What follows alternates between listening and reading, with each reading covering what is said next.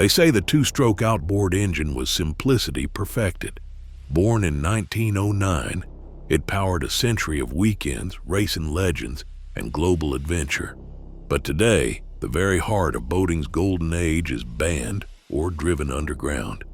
Officially, pollution ended the reign of these lightweight icons, yet beneath the environmental headlines lies an explosive mix of corporate warfare, regulatory pressure, and a technological arms race that tore communities apart. Why did the world turn on its own legend? The shocking truth behind the banned two-stroke outboards is far more complex and possibly more controversial than you've ever been told. So how did an accessible invention become public enemy number one? The real story starts here. In 1909, Ole Evinrude clamped a small 1.5 horsepower engine onto the back of a rowboat and changed the meaning of freedom on the water. His invention didn't just move boats, it moved boundaries. The secret was in the design, a two-stroke engine that fired every single revolution of the crankshaft. That meant for every full turn, you got a burst of power. No wasted motion, no complicated choreography. Compare that to a four-stroke, which delivers a power stroke only once every 2 revolutions. Suddenly, the two-stroke wasn't just lighter and simpler, it was faster off the mark, easier to fix, and far more accessible for anyone who wanted to get out on the water without a mechanical degree. Evinrude's outboard wasn't locked inside a boatyard or reserved for the wealthy. With a clamp-on design, you could bolt it to just about any skiff or canoe. By 1911, thousands of these engines were in use, and the idea spread like wildfire. Companies like Johnson and Mercury jumped in, each chasing the promise of more speed, less weight, and fewer moving parts. The core difference was mechanical minimalism. No valves, no timing chains, just ports that opened and closed as the piston moved. The intake, compression, ignition, and exhaust cycles all happened in 2 strokes, not 4. That meant fewer parts to break, lower costs, and repairs that could be handled with basic tools on a dock or even a beach. The power-to-weight ratio became legendary. A 2-stroke outboard delivered instant throttle response, snappy acceleration, and a distinctive buzz that echoed across lakes and rivers. For racers, that meant trophies. For families, it meant weekends on the water without the worry of breakdowns or expensive maintenance. The 2-stroke simplicity was its superpower. Anyone could understand how it worked, and almost anyone could keep it running. 4-stroke engines, by contrast, brought more complexity. They used valves to manage airflow, required oil changes, and generally weighed more for the same output. The payoff was smoother operation and better fuel efficiency, but also a steeper learning curve for repairs and a higher price tag up front. Still, for most of the 20th century, the 2-stroke outboard was the engine of the people, a mechanical democratizer that opened up boating to millions. Every time that piston shot down, the 2-stroke delivered on its promise, light, powerful, and ready for adventure. But as with all simple pleasures, the story didn't end there. The very features that made 2-strokes beloved would also become the roots of their greatest controversy. By the 1950s and 60s, American lakes and rivers transformed into playgrounds for a new kind of weekend warrior. Outboards lined the docks, Evinrude, Johnson, Mercury, each engine a badge of mechanical pride. For families, a 2-stroke wasn't just a motor, it was a ticket to freedom. You could strap one to a battered aluminum skiff or a shiny fiberglass runabout, toss in a cooler, and chase the sun until the tank ran dry. No need for a marina mechanic or a fat wallet. The outboard's simplicity meant Saturday mornings started with a pull of the cord, not a call to the shop. Neighborhoods buzzed with the sound of 2-strokes as neighbors compared notes on spark plugs and prop pitch. Kids learned to fix fouled plugs before they learned to swim. In racing circles, the stakes were higher and the engines even louder. The Mercury Hurricane and Johnson Seahorse roared down the straightaways, their pilots hunched over tillers, chasing glory and bragging rights. At county fairs and local regattas, trophies changed hands, but the real prize was always the thrill of speed and the camaraderie in the pits. Do-it-yourself culture thrived on these engines. Manuals were passed around, grease-stained and dog-eared. A broken recoil spring or a leaky carburetor rarely meant disaster. Someone in the group always had a trick or a spare part, and repairs happened on the tailgate or right on the dock. The tools needed fit in a tackle box, and the knowledge was shared over coffee, not behind a service counter. Two-stroke outboards didn't just power boats, they powered friendships, family traditions, and a sense of capability that stretched across generations. As the boating boom rolled through the decades, outboards became symbols of summer. They pulled water skiers in endless loops, ferried anglers to secret coves, and carried entire generations into the heart of the outdoors. For many, the smell of two-stroke exhaust still triggers memories of early mornings, glassy water, and the promise of adventure. That pride of ownership, the feeling that you could fix what you ran, became part of boating's DNA. The two-stroke wasn't just an engine, it was a rite of passage, a community, and a way of life. For the people who lived it, the thought of losing that freedom would have seemed unthinkable. By the late 20th century, the water beneath those outboards began to tell a different story. Scientists at universities and environmental labs started gathering samples from busy lakes and reservoirs, searching for answers in the slicks and blue haze left behind by weekend boating. The numbers they found were hard to ignore. Traditional carbureted two-stroke engines could send as much as 20 to 30% of their fuel and oil mixture straight out the exhaust, unburned. That meant every outing left a chemical fingerprint: hydrocarbons, benzene, and polycyclic aromatic hydrocarbons floating on the surface or drifting into the air. Researchers measured spikes in volatile organic compounds, or VOCs, in popular lakes after holiday weekends. Water samples from places like Lake Tahoe and Lake Mead revealed not just the visible sheen, but elevated levels of MTBE and other gasoline additives linked to two-stroke exhaust. One study presented to the EPA in the mid-1990s estimated that a single day of heavy boating could dump hundreds of gallons of raw fuel into a medium-sized lake. The science wasn't just about numbers. It became visible in the form of oil rings around coves, fish kills in sensitive habitats, and the unmistakable smell of exhaust lingering long after the motors shut down. Environmental chemists traced the problem back to the very design that made two-strokes so simple. Because the intake and exhaust ports open at nearly the same time, a portion of the fuel oil mix escapes before combustion. That leftover cocktail, rich in hydrocarbons, doesn't just pollute the air, it settles into the water, affecting everything from aquatic plants to drinking water supplies. The EPA, along with state agencies in California and New York, began funding long-term monitoring projects. Their findings were consistent.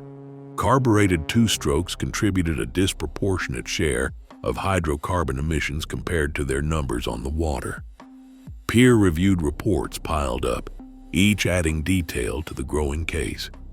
One California field survey found that two-stroke outboards, while representing less than half the registered engines on certain lakes, were responsible for over 80% of measured hydrocarbon pollution. In some reservoirs, scientists documented measurable improvements in water clarity and reductions in VOCs within just a few years of restricting old two-strokes. These results didn't stay in the lab. Policymakers, armed with hard data, began to see the link between engine design and environmental impact as more than just a theory.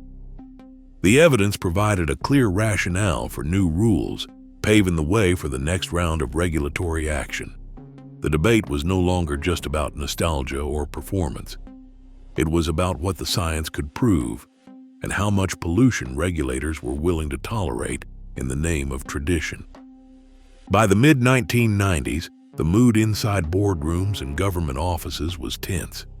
The Environmental Protection Agency, or EPA, rolled out a new set of marine engine emission standards, demanding that outboard makers slash hydrocarbon output by up to 75% by 2006. California's Air Resources Board, CARB, went a step further, introducing the star rating system in 1998, ranking engines based on how many grams of hydrocarbons they spewed per kilowatt hour. Suddenly, every outboard on the market was under the microscope, and the rules were changing faster than many companies could adapt. Engineers at Outboard Marine Corporation, OMC, the parent of Johnson and Evinrude, scrambled to find a lifeline. Their answer was direct fuel injection, DFI. The FACT-RAM system, rushed to market in the late 1990s, was supposed to save the classic two-stroke. On paper, it cut emissions dramatically, using high-pressure injectors to deliver fuel precisely when needed. But reality bit hard. Early FACT models suffered reliability issues, and warranty claims piled up. Meanwhile, buyers grew wary, waiting for a proven solution before committing to a new engine. OMC's R&D spending ballooned while sales shrank. By late 2000, the company filed for bankruptcy, its iconic brands auctioned off to Bombardier Recreational Products. The collapse sent shockwaves through the industry, a cautionary tale of what happens when innovation is forced by the calendar, not the lab. On the other side of the aisle, four-stroke manufacturers seized the moment. Honda and Yamaha, already leaders in four-stroke technology thanks to their automotive experience, poured millions into marketing and regulatory advocacy. Their message was clear. Four strokes were cleaner, quieter, and ready for the future. Company representatives lobbied at EPA and CARB hearings, joining trade groups like the National Marine Manufacturers Association to shape the conversation. While direct evidence of regulatory capture remains debated, internal documents and public filings show that four-stroke advocates pressed for outcome-based standards that favored their technology, often at the expense of more affordable, legacy two-strokes. The economic stakes were enormous. Compliance wasn't just a technical hurdle, it reshuffled the entire market. Companies that couldn't afford the R&D race or failed to meet the EPA's 2006 deadline saw their products swept off the shelves. For industry giants, the regulatory tide was both a threat and an opportunity.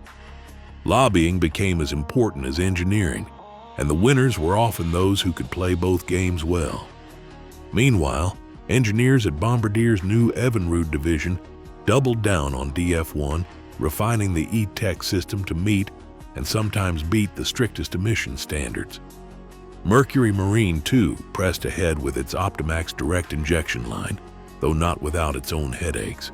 Class action lawsuits over early defects forced public settlements and extended warranties. Still, the new generation of DFY two-strokes proved that technical ingenuity could deliver cleaner engines, even as blanket bans and enforcement policies often failed to distinguish between old and new technologies. By the time the EPA's 2006 deadline arrived, the outboard market had been transformed. Four strokes dominated showrooms, and the once unquestioned reign of the two-stroke was over. But beneath the surface, a deeper story was at play.